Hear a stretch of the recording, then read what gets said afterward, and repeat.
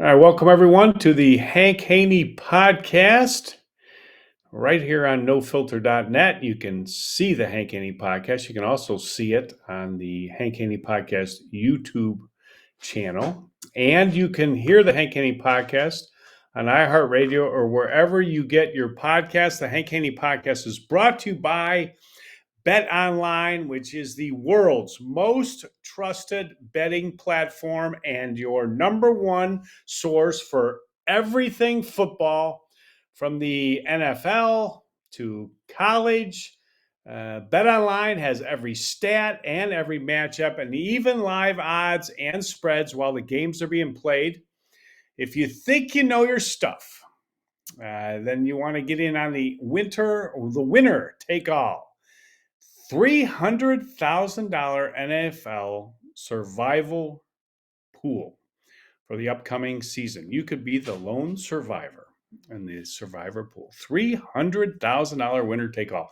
When the game's over, head on over to the online casino, get in on a game of blackjack or poker, or you can unwind at one of the over 150 slot games.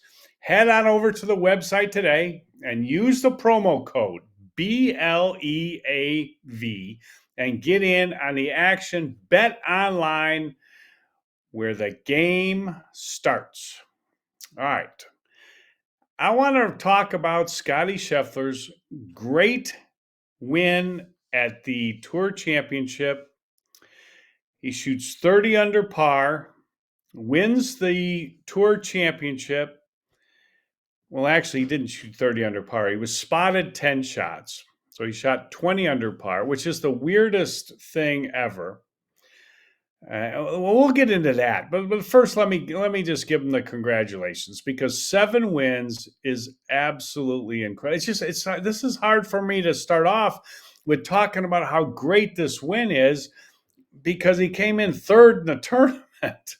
But anyway, it counts as a win because they gave him the head start because of his great season. 6 wins leading up to the Tour Championship. He gets the 10 spot to start the tournament, and he's 10 under before they start, and he shoots 30 under total. Ends up winning. Got a little close on the front 9. Watched every shot of the last round. He was, started off good, got a little tight on the front. Had a 7-shot lead at one point. Then it was down to 5. Then next thing you know, he made a couple. Had a shank. Thank you very much on I think it was the 8th hole, par 5, and that thing was just a little hosel rocket out of the bunker. And he goes over the green. Must have been a little shook up. Didn't hit a great chip from there. Ends up making bogey there, and he missed hit a bad drive on the hole before. Hooked it. Looked like it was going out of bounds. Maybe hit a bush or the fence or something. Stayed in. He had to chip it out, and ended up missing a short putt there after hitting a great wedge in. So he made a couple bogeys. Lead was down to 2. Colin Morikawa, and then he just goes on a tear. He birdies. A great shot into 9, par 3, tough hole. Great shot, makes birdies 10, and he just birdied and everything.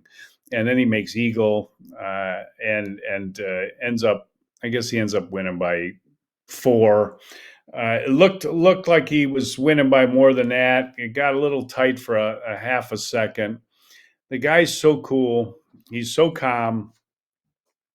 He takes home $25 million. I don't know if that was what he won there or the bonus. He won $62,220,000 this season on the PGA Tour. Think about that, $62 million. Now, I'll tell you what.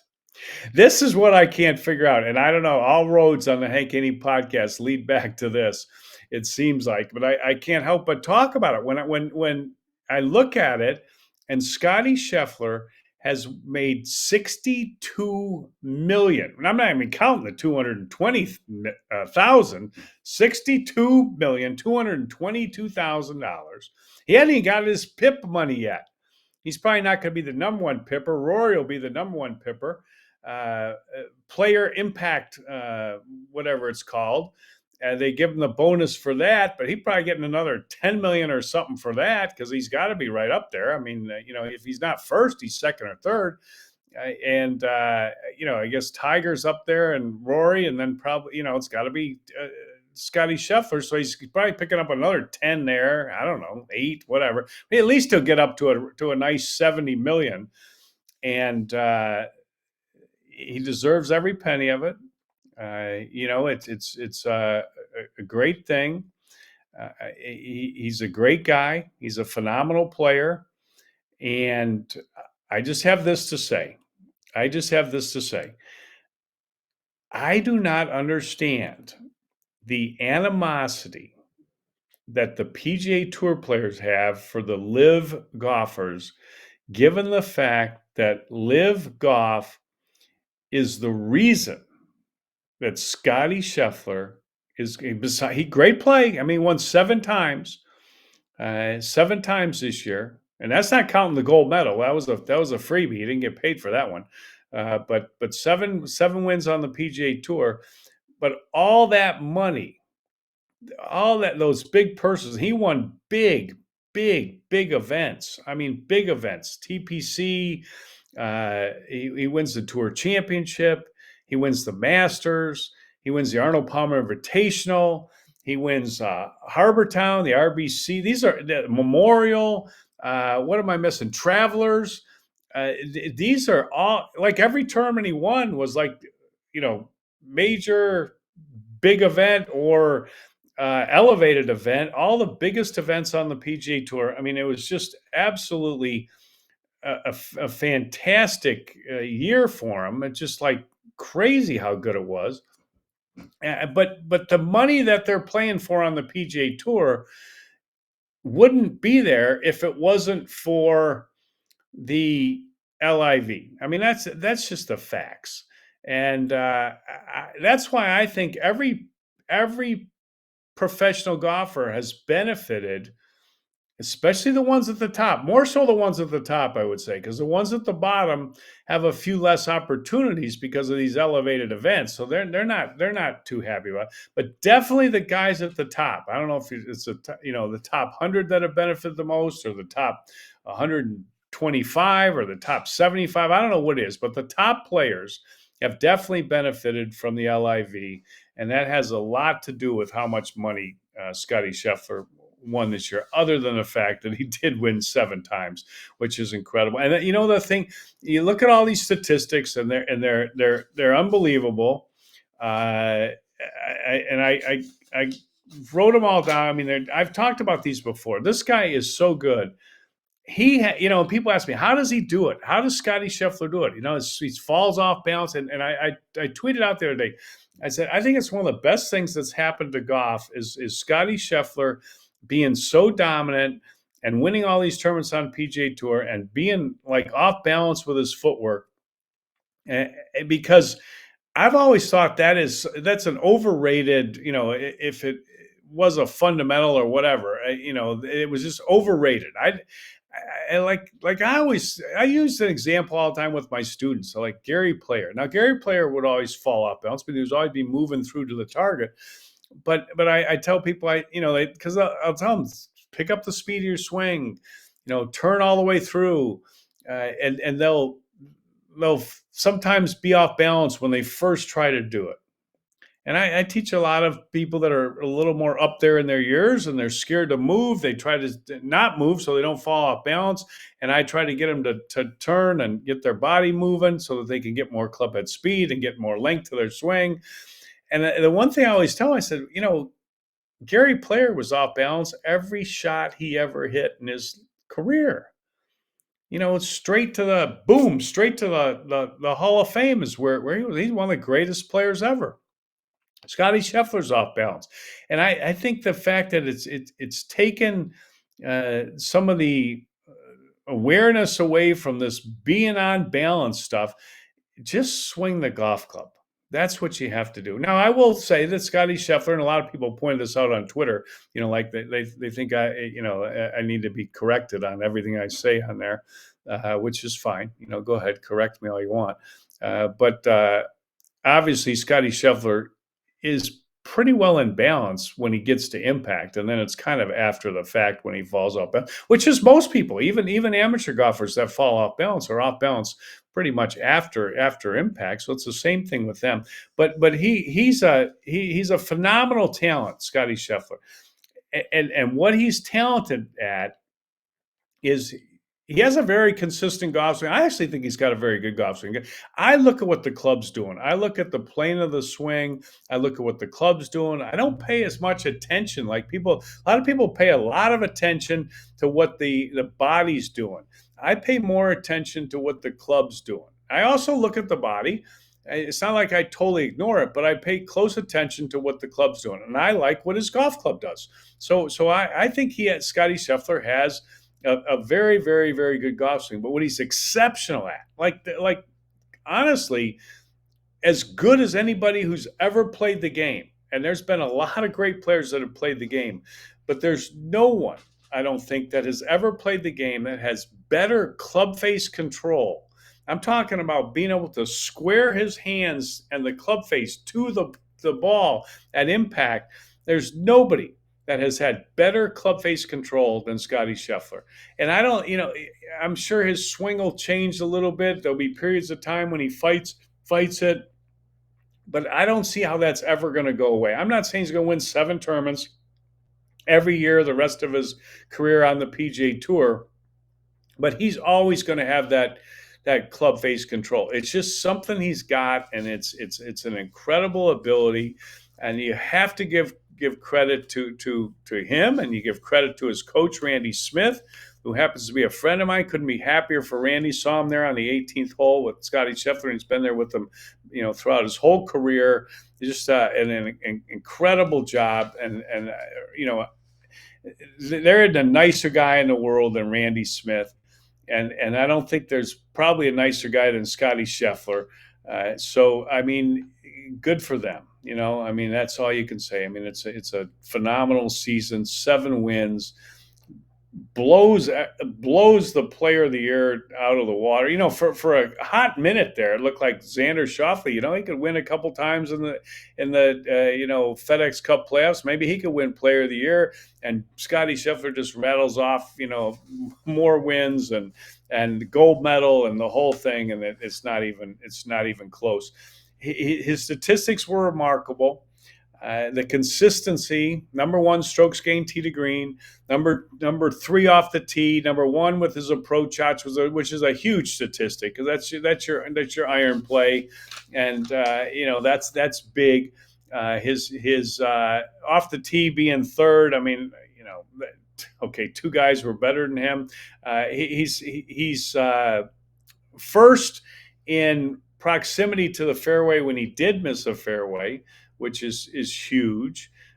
Distance, he's not the longest hitter, but he's certainly not short. He was 54th in driving distance, which is really incredible because they said I think the one hole it was downhill, the 18th hole or whatever, or a different par 5. I can't remember which one. They said his drive went 374 yards. Might have been the hole he eagled on the back 9, maybe like 14 or something.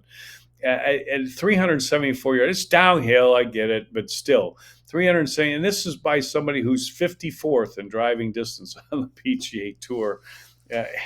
First in strokes gained approach from 50 to 125 yards. Key statistic, because when you can hit a long way, you're going to have wedges. Wedges are where you that's a big statistic in my book, 50 to 125 yards. Because when you're first in that statistic, you have legitimate birdie opportunities when you can hit it that close. And this is the reason that Scottie Scheffler was 69th in putting on the PGA Tour. But he was first on the PGA Tour in putting average. And putting average is the average putts you take per green in regulation. And the reason that he was first there is that he hit the ball so close to the hole. So his putting statistics is pretty misleading when it says, he was 69th in putting, because in order to be better at putting, you get a better strokes gain statistic when you make longer putts. Well, when you're hitting it closer to the hole than anybody on tour, with all these different clubs, 50 to 125 yards, he was first. 125 to 150 was eighth, and from 150 to 175 he was first. So he's hitting it closer to the hole than everybody. First in putting average. And get this, I always talk about three-putt avoidance being another one of my big statistics. He was 19th in three-putt avoidance. His first in putting average, that's the average on the greens that he hits in regulation, and first or 19th in three-putt avoidance. I mean, that's boy, oh boy, that's pretty much incredible. Here's a statistic I found interesting. He had 12 holeouts for the year. And you think, where does that rank? And that ranks 83rd on tour, believe it or not. Now, he only played 19 events. And this is the thing. Like, I wouldn't expect he's going to play a lot in the fall. I mean, why would he take the fall off, come back and start the season whenever he starts it? Probably at the Century Tournament of Champions, I would think, but you never know. Maybe he plays sometime in the fall. I don't know why he wouldn't take it off. I know he'll play the President's Cup, and that might be it. Enjoy time with his family and his new young-born son. But 19 events.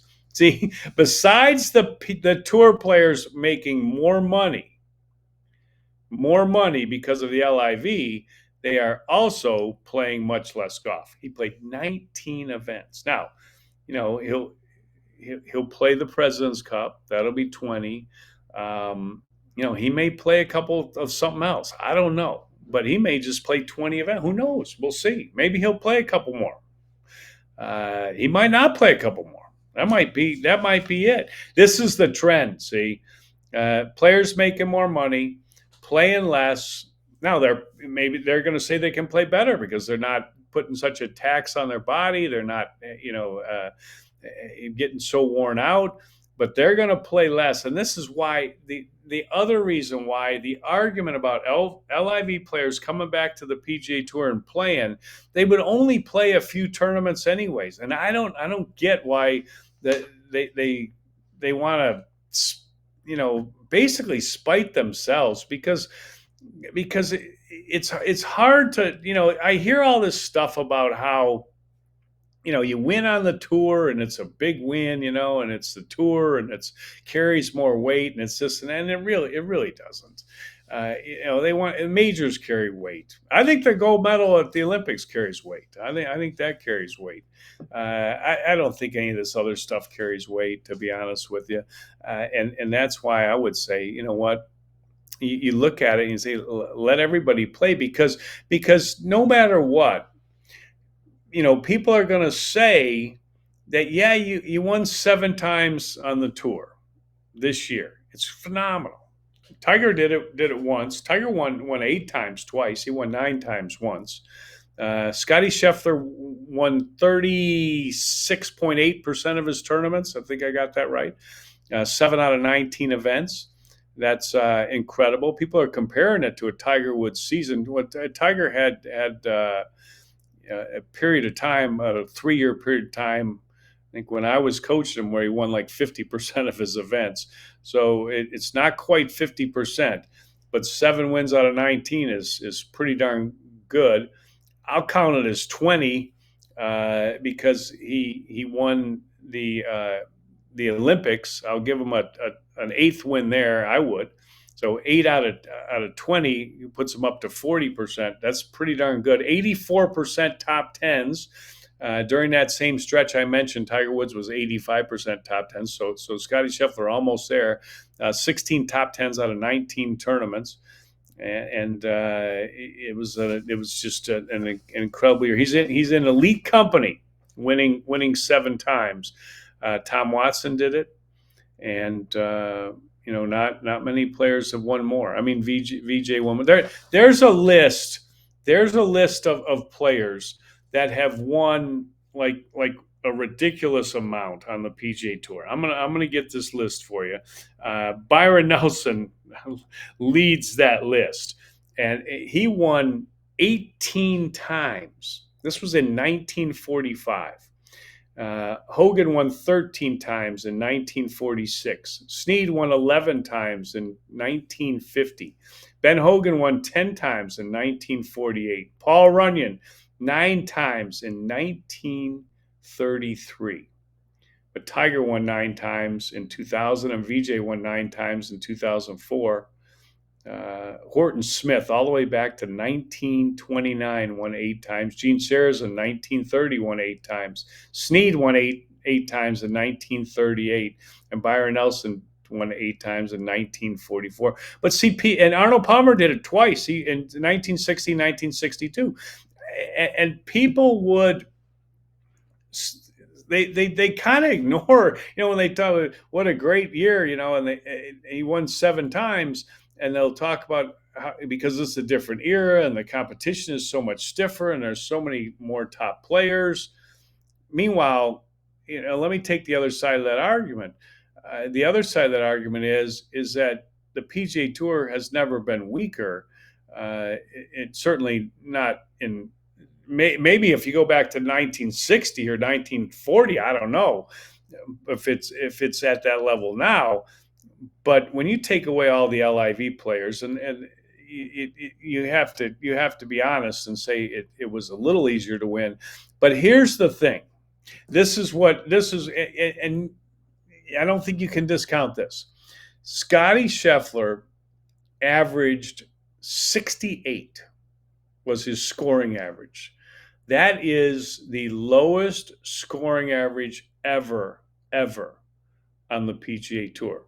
Now, you could look at that and you could say, well, the equipment's better than it's ever been. I don't know what excuse you could come up. It'd probably have to be the equipment. Equipment's better than it's ever been. But I look at that, and I look at that winning 7 times as being phenomenal. But I look at it and I say, well, I wouldn't compare that to Tiger, because 50% is better than a 30, 34, 35, or 36% winning percentage. And I wouldn't, you got to put something on the fact that the tour's been weakened by the LIV guys leaving. And the last win, the 7th win,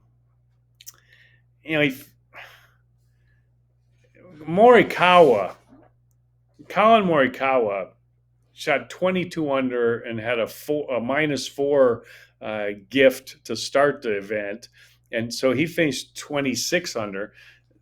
And Thigala, Heath Thigala, I like watching that kid. Man, he is fun to watch. He's one of my favorite players to watch. I love his attitude.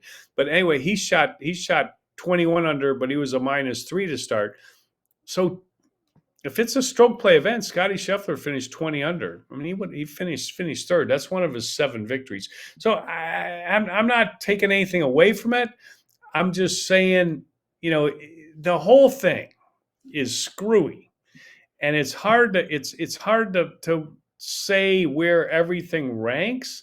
When the media or the corrupt golf media, when they all want to compare, this to Tiger Woods and this and that, I'm like, well, I mean, when Tiger won 9 times, he didn't finish third and get credited for a win.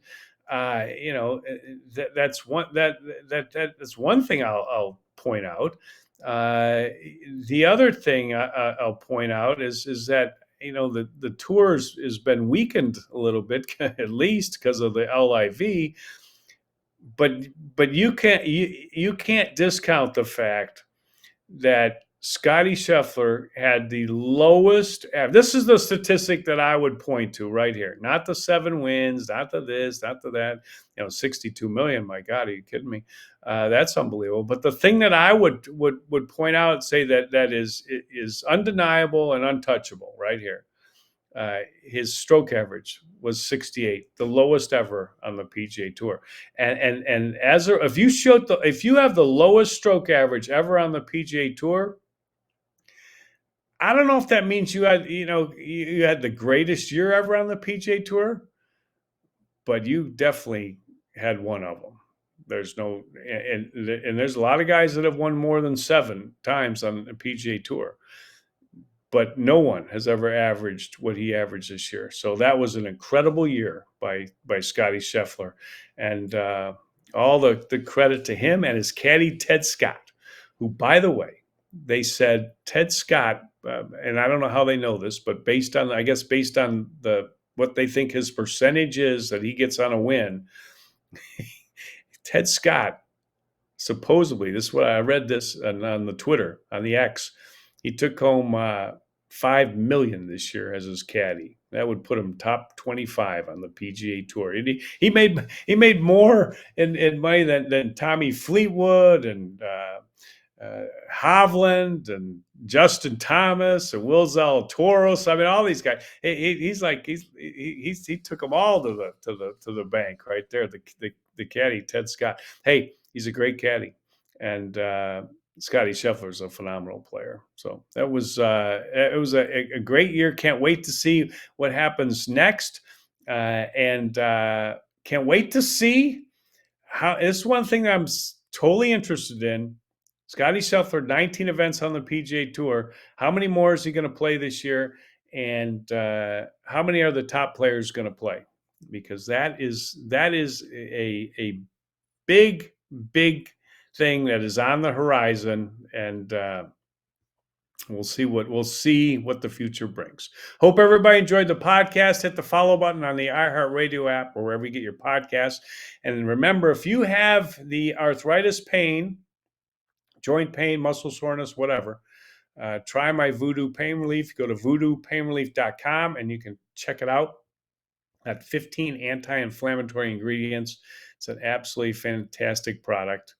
100% guaranteed, although no one ever returns it, and they order it over and over and over again, and they do because it works so well. So voodoopainrelief.com.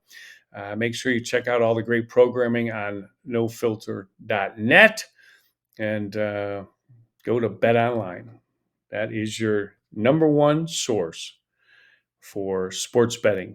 Bet Online. Check it out. All right. Hope everybody has a great day, and we will talk to you soon on the Hank Haney Podcast.